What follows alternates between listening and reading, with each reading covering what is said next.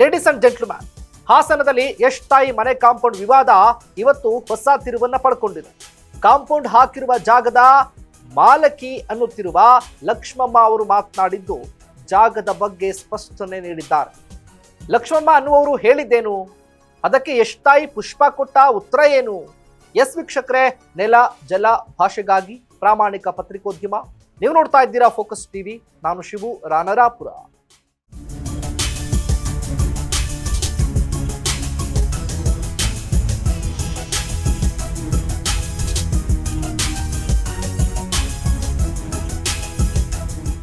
ಹಾಸನದಲ್ಲಿ ಯಶ್ ತಾಯಿ ಪುಷ್ಪ ಅವರ ಸೈಟ್ ಜಟಾಪಟಿ ಈಗಲೇ ಮುಗಿಯುವಂತೆ ಕಾಣ್ತಾ ಇಲ್ಲ.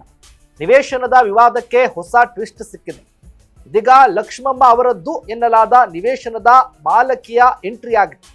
93 ವರ್ಷದ ಲಕ್ಷ್ಮಮ್ಮ ಎಂಬುವವರು ಇವತ್ತು ಮಾಧ್ಯಮದ ಜೊತೆಗೆ ಮಾತನಾಡಿದ್ದು, ಯಶ್ ತಾಯಿ ಕಾಂಪೌಂಡ್ ಹಾಕಿದ್ದ ಜಾಗ ನಮ್ಮದು, ಪುಷ್ಪ ಅರುಣ್ ಕುಮಾರ್ ಅವರ ಜಾಗ ಬೇರೆ ಕಡೆ ಇದೆ, ನಮ್ಮ ಜಾಗದಲ್ಲಿ ಕಾಂಪೌಂಡ್ ಕಟ್ಟಿಸಿದ್ದೇಕೆ, ಅದಕ್ಕೆ ನಾವು ತೆಗೆಸಿದ್ದೀವಿ ಅಂತ ಹೇಳಿದ್ದಾರೆ.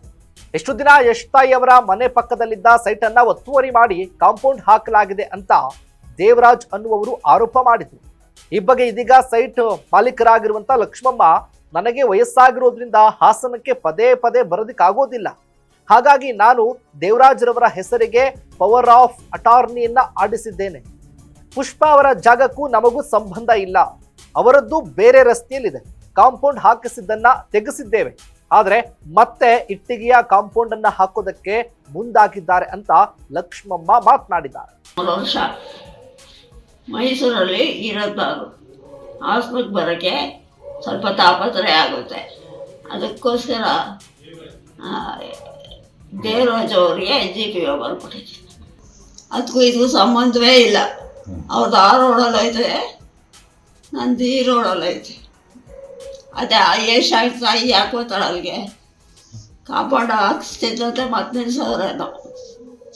ಇನ್ನು ಇದಕ್ಕೆ ಯಶ್ ತಾಯಿ ಪುಷ್ಪ ಅರುಣ್ ಕುಮಾರ್ ಪ್ರತಿಕ್ರಿಯೆ ಕೊಟ್ಟಿದ್ದಾರೆ. ಲಕ್ಷ್ಮಮ್ಮ ಅನ್ನುವರ ಬಗ್ಗೆ ಕೇಳಿದ್ದೆ, ದಾಖಲೆ ತೆಗೆದಾಗ ಲಕ್ಷ್ಮಮ್ಮ ಅವರಿಂದಲೇ ಬೇರೆಯವ್ರಿಗೆ ಆ ಜಾಗ ಹಸ್ತಾಂತರ ಆಗಿ 45 ವರ್ಷಗಳಾಗಿದೆ. ಆ ಜಾಗಕ್ಕೆ ಖಾತೆ ಮಾಡಿಸಿರೋದು ನಾನು, ಕಂದಾಯ ಕಟ್ಟುತ್ತಾ ಇರೋದು ನಾನು. ಲಕ್ಷ್ಮಮ್ಮ ಅವರ ಹೆಸರಿನಲ್ಲಿ ಯಾಕೆ ಕಂದಾಯ ಬಂದಿಲ್ಲ? ದೇವರಾಜ್ ರವರ ಜೊತೆ ಲಕ್ಷ್ಮಮ್ಮ ಅವರು ಭಾಗಿಯಾಗಿದ್ದಾರೆ. ಮುಂದಿನ ದಿನಗಳಲ್ಲಿ ಎಲ್ಲವೂ ಕೂಡ ಹೊರಗೆ ಬರುತ್ತೆ ಅಂತ ಕಿಡಿಕಾರಿದ್ದಾರೆ. ಒಟ್ನಲ್ಲಿ ಸೈಟ್ ಗಲಾಟೆ ದಿನಕ್ಕೊಂದು ಕಿರಿಕಾಗ್ತಾ ಇದ್ದು, ಈ ಜಟಾಪಟಿ ಸದ್ಯ ಕೋರ್ಟ್ ಅಂಗಳದಲ್ಲಿ ನಿಂತ್ಕೊಂಡಿದೆ. ಏನಾಗುತ್ತೆ ಕಾದ್ ನೋಡೋಣ. ಇದಾಗಿತ್ತು ಫೋಕಸ್ನ ಸ್ಪೆಷಲ್ ರಿಪೋರ್ಟ್. ನೆಲ ಜಲ ಭಾಷೆಗಾಗಿ ನೋಡ್ತಾ ಇರಿ ಫೋಕಸ್ ಟಿವಿ.